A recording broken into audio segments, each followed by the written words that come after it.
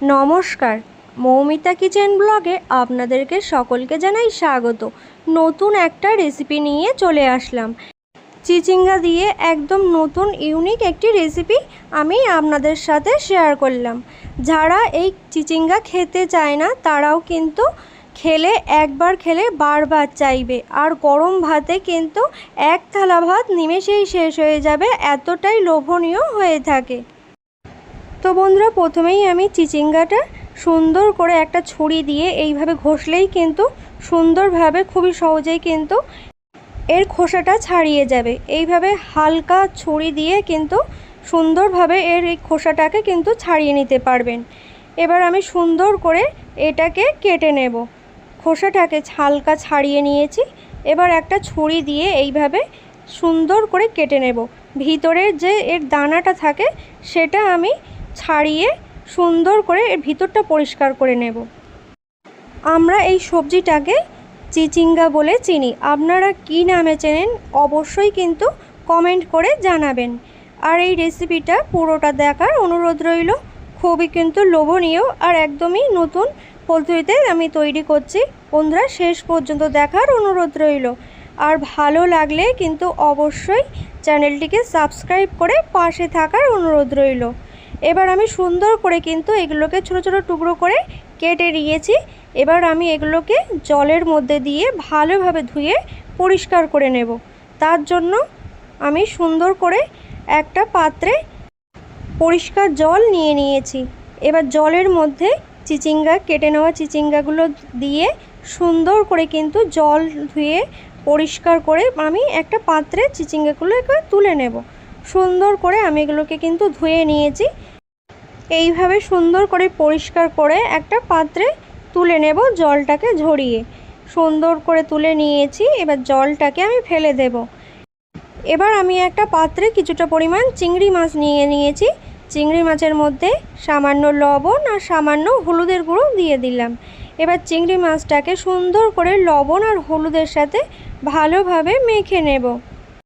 চিংড়ি মাছগুলোকে ধুয়ে পরিষ্কার করে জলটাকে ঝরিয়ে নিয়ে আমি লবণ আর হলুদ সুন্দর করে ভালোভাবে মাখিয়ে এক সাইডে রেখে দেব। এবার ওভেনের ওপরে একটি কড়া বসিয়ে তার মধ্যে দিয়ে দিলাম 1 চামচের মতো কালো জিরে, সাথে দিয়ে দেব 1 চামচের মতো গোটা জিরে, সাথে দিয়ে দেব 1 চামচের মতো গোটা ধনে, সাথে দিয়ে দিলাম আমি এখানে রসুনের কোয়া, সাথে দিয়ে দেব আমি এখানে কাঁচা লঙ্কা নিয়ে নিলাম কটা। এবার সমস্ত উপকরণগুলো শুকনো খোলায় আমি এগুলোকে সুন্দর করে কিন্তু মুচমুচে করে ভেজে নেব। তো বন্ধুরা, এই রেসিপিটা একবার হলেও ট্রাই করার অনুরোধ রইল।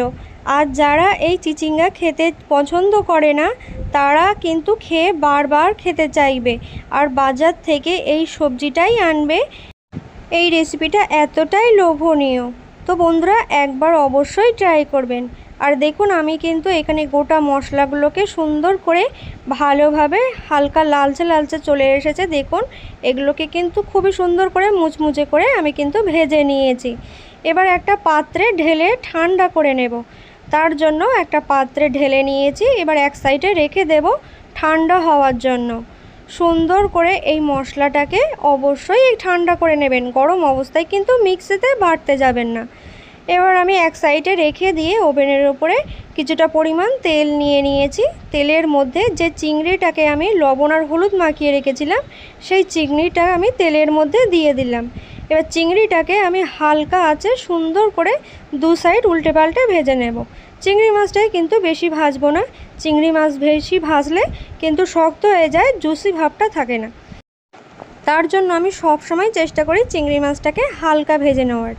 দেখুন বন্ধুরা, আমি এখানে কিন্তু চিংড়ি মাছটাকে হালকা করে ভেজে নিয়েছি। এবার চিংড়ি মাছগুলোকে তেল ঝরিয়ে তুলে নেব একটা পাত্রে। সুন্দর করে দেখুন কতটা সুন্দর হয়েছে, চিংড়ি মাছের কালারটা কতটা সুন্দর হয়েছে। এবার আমি যে চিচিঙ্গাটা সুন্দর করে কেটে ধুয়ে পরিষ্কার করে রেখেছিলাম সেটা আমি একটা মিক্সচার জারের মধ্যে নিয়ে নিলাম। এবার ভেজে রাখা চিংড়ি মাছগুলোকে আমি ঠান্ডা করে নিয়েছি। ঠান্ডা করে নিয়ে আমি এই কিচকিনদের মধ্যে সুন্দর করে কিন্তু দিয়ে দিলাম। এবার সুন্দর করে একটা পেস্ট বানিয়ে নেব। দেখুন বন্ধুরা, সুন্দর করে কিন্তু একটা পেস্ট বানিয়ে নিয়েছি। আর এর মধ্যে কিন্তু কোনো রকম জল দেওয়ার প্রয়োজন নেই, কারণ এর থেকে কিন্তু প্রচুর জল বার হয়, তাতেই কিন্তু বাটা হয়ে যাবে। এবার কড়াইয়ের ওপরে কিছুটা পরিমাণ তেল দিয়ে দিয়েছি আর একটা শুকনো লঙ্কা দিয়ে দিলাম। এবার ভালোভাবে শুকনো লঙ্কাটাকে নেড়ে চেড়ে ভেজে নিয়ে এর মধ্যে আমি দিয়ে দেব মিডিয়াম সাইজের একটা কুচানো পেঁয়াজটাকে দিয়ে সুন্দর করে কিন্তু আমি তেলের মধ্যে ভালোভাবে ভেজে নেব। পেঁয়াজটাকে সুন্দর করে ভেজে নেব। পেঁয়াজটা যতক্ষণ না ব্রাউন কালার হচ্ছে ততক্ষণ কিন্তু পেঁয়াজটাকে সুন্দর করে গরম তেলের মধ্যে ভেজে নিতে হবে। পেঁয়াজটা সুন্দর করে ভাজা হলে কিন্তু খেতেও অনেক লোভনীয় হয়ে থাকে। পেঁয়াজটাকে আমি সুন্দর করে তার জন্য ভেজে নেব। তো বন্ধুরা দেখুন, পেঁয়াজটাকে কিন্তু হালকা ভেজে নিয়েছি, ব্রাউন কালার চলে এসেছে। এবার আমি যে চিংড়ি মাছ আর কিচকিন্দে সুন্দর করে পেস্ট বানিয়ে রেখেছিলাম সেটা কিন্তু গরম তেলের মধ্যে দিয়ে দিলাম। এবার সুন্দর করে কিন্তু ভেজে নেব। সুন্দর করে নেড়ে চেড়ে ভালোভাবে পেঁয়াজের সাথে মিশিয়ে নিয়ে খুব সুন্দর করে ভেজে নেব। আর এই চিচিঙ্গা থেকে কিন্তু জল বার হয়, তাই ভাজতে ভাজতে দেখবেন অনেকটা কিন্তু জল এরকম বার হচ্ছে। এর থেকে জল বার হলে ঘাবড়ে যাবেন না, এরকম ভাজতে ভাজতে কিন্তু সুন্দর করে জলটা কিন্তু শুকিয়ে আসবে। এবার আমি ভাজতে দিয়েছি, এবার এক সাইডে ওটা ভাজাটা রেডি হতে থাকবে। আর এইদিকে মশলাটা, যে গোটা মশলাটা আমি এখানে ভেজে রেখেছিলাম সেটা কিন্তু ঠান্ডা হয়ে গেছে। এবার মিক্সিতে আমি একটা পেস্ট বানিয়ে নিলাম, এরকম দরদরা করে জল না দিয়ে একটা পেস্ট বানিয়ে নিয়েছি। এবার কিচকিন্দের মধ্যে সুন্দর করে কিন্তু আমি এই ভাজা মশলাটা দিয়ে দিলাম। সমস্ত ভাজা মশলাটা চিচিঙ্গার মধ্যে দিয়ে সুন্দর করে কিন্তু নেড়ে চেড়ে ভালোভাবে মিশিয়ে ভেজে নেব। এবার যতক্ষণ জলটা শুকিয়ে না আসছে ততক্ষণ কিন্তু এরকম নেড়ে চেড়ে রান্না করে যেতে হবে। আর বন্ধুরা দেখুন, নাড়তে নাড়তে কিন্তু জলটা অনেকটাই শুকিয়ে গেছে। এবার আমি এর মধ্যে দিয়ে দেব হলুদের গুঁড়ো, সামান্য দিয়ে দিলাম হলুদের গুঁড়ো। আর দিয়ে দেব আমি এর মধ্যে স্বাদ অনুযায়ী লবণ, আর সাথে দিয়ে দেব আমি এর মধ্যে হাফ চামচের মতো চিনিটা দিলে মিষ্টিত্ব ভাব আসবে আর খেতেও কিন্তু খুবই লোভনীয় হবে।